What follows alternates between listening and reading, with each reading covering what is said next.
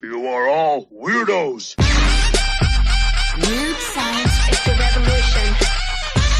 Weird science is the revolution. Hello, everybody, and welcome back to the Weird Science Comics YouTube channel, where I'm going to be going through the latest issue of Moon Knight. It's Moon Knight number 18, and Moon Knight is another one of those books that I like, just not as much as most people, it seems.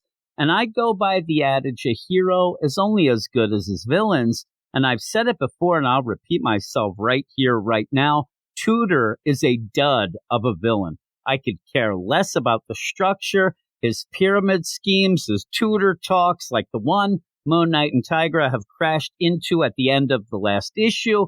I mean, we're told that this guy is hot stuff in the vampire community, but I guess you have to be a bloodsucker to get it, because I think he is boring as hell. So coming into this issue, I am really just hoping this is the last time we see Tudor ever again. Now, we'll jump into that after I tell you to subscribe to the channel, like the video, enable the notifications, and please comment below with what you think of Moon Knight number 18. And maybe somebody out there, I don't know who, but maybe they think Tudor is the greatest of villains, and let me know why, and maybe I can jump on board with that.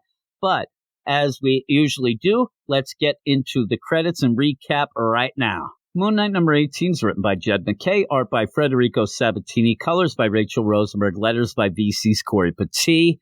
This is a issue that's called Party Monster, so you know that it's fancy, right? Party Monster.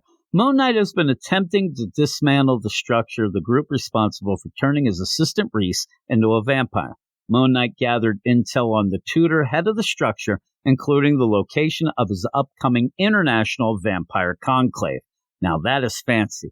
The Tudor sent the assassins Grand Maul and the Nemean after Moon Knight and his associates. The two assassins killed Moon Knight's ally Hunter's Moon. Not really.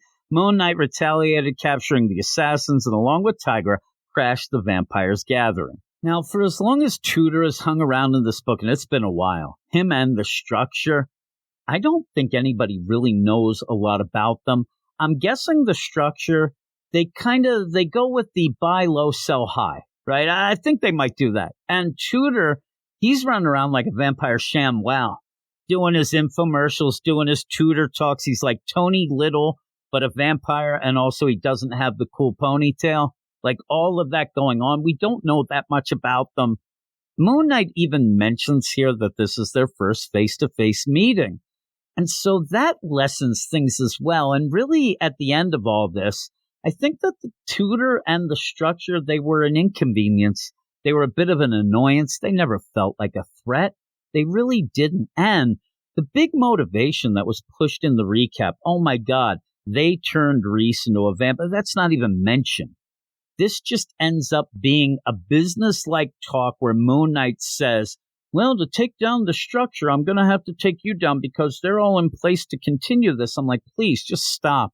Just kill this guy and get out of there. But that throws in the one thing that I was intrigued and interested in. Mark and Tigra at this point, I thought that they were just going to slice and dice this Tudor and that'd be done. He's done. But they're in a room with elite vampires from around the world, an international enclave of elite vampires. How are they possibly going to get out of this situation? Well, thankfully for them at least, it's all solved by a MacGuffin that might have sounded smart initially, but really takes the wind out of this issue's sails, and because of that, makes this whole arc end in a thud.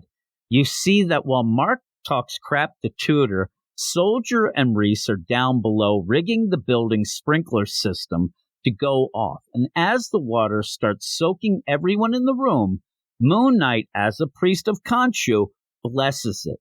Yep, it's now holy water, and all the vampires are set on fire because of the holy water, which makes them easy pickings then for Moon Knight, Tigra, and the late showing Hunter's Moon to just kill them all. They just go around and pretty much it's fish in a barrel.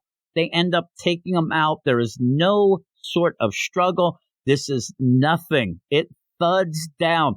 And so then conveniently at the end of all this, they find one human amongst them. Hey, look at here. Look at this guy. And they end up where Mark says, okay, this is good. You go back to Dracula and tell him what's what. You tell Dracula that we don't want to see his stinking face around here, which is a little odd because Tudor didn't seem to be working with Dracula. He actually seemed to be working behind Dracula's back because he was jealous of Dracula and the vampire sovereign nation thing. So I think that when Dracula ends up getting this message, I don't think that Dracula's going to take it like Mark thinks. He's going to end up sending Mark a thank you basket, maybe a fruit basket, one of those things that Derek Jeter used to send the ladies, and maybe a high five. So I'm waiting for that in the next couple issues. We need to get the Derek Jeter gift basket. That's what I need because this helped Dracula out in my mind. Now, not all is awful. You end up having a nice moment with Soldier explaining his motivations to Reese, and it ends up he's a follower. He doesn't have much going on. He had a lot of anger in the world. That's what made him an easy target for Hydra to come and grab and use as a weapon. But Mark isn't quite like that. Moon Knight is there to help him, so he will fight to the end for Moon Knight. I like that he says, I'll fight to the death. Seemingly he's already dead, but, that's not here nor there. But there is also an epilogue where we find out Zodiac is back in the book, and that really doesn't excite me at all either. As you can possibly tell, I was disappointed by this issue. There was way too much setup, issue after issue, all this time for it to end that easily.